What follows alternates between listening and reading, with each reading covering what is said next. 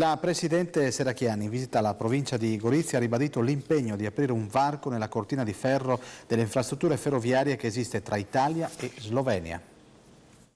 Abbiamo constatato che esiste ancora una cortina di ferro.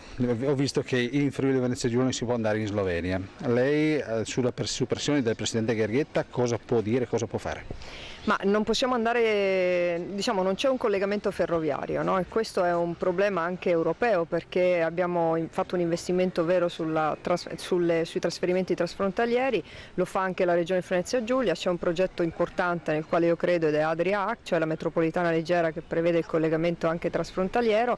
È chiaro che dobbiamo sviluppare le nostre potenzialità, significa avere un collegamento. Anche il discorso dei porti a questo punto? Beh, questo dipende, diciamo, da noi, dipende molto anche dalla Slovenia. Io credo che sarà utile e importante ottenere prima o poi un accordo politico tra i due Stati e quindi partecipe anche la Regione Venezia Giulia, che preveda ad esempio il collegamento tra il porto di Trieste e il porto di Capodistria. E sulla questione delle province, la Presidente Serracchiani ha ribadito la sua posizione.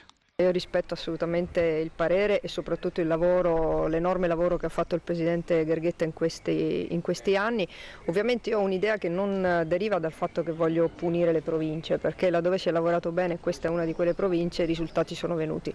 Dico soltanto che in quell'ottica di diciamo così, semplificazione e riordino istituzionale bisogna partire dalla Regione, e su questo siamo perfettamente d'accordo entrambi, e cioè riordinare le funzioni e le competenze della Regione e a scendere, per quanto mi riguarda, affidarlo alle aggregazioni, affidare alcuni compiti esecutivi alle aggregazioni di comuni, perché ritengo che si possa superare l'ente provincia.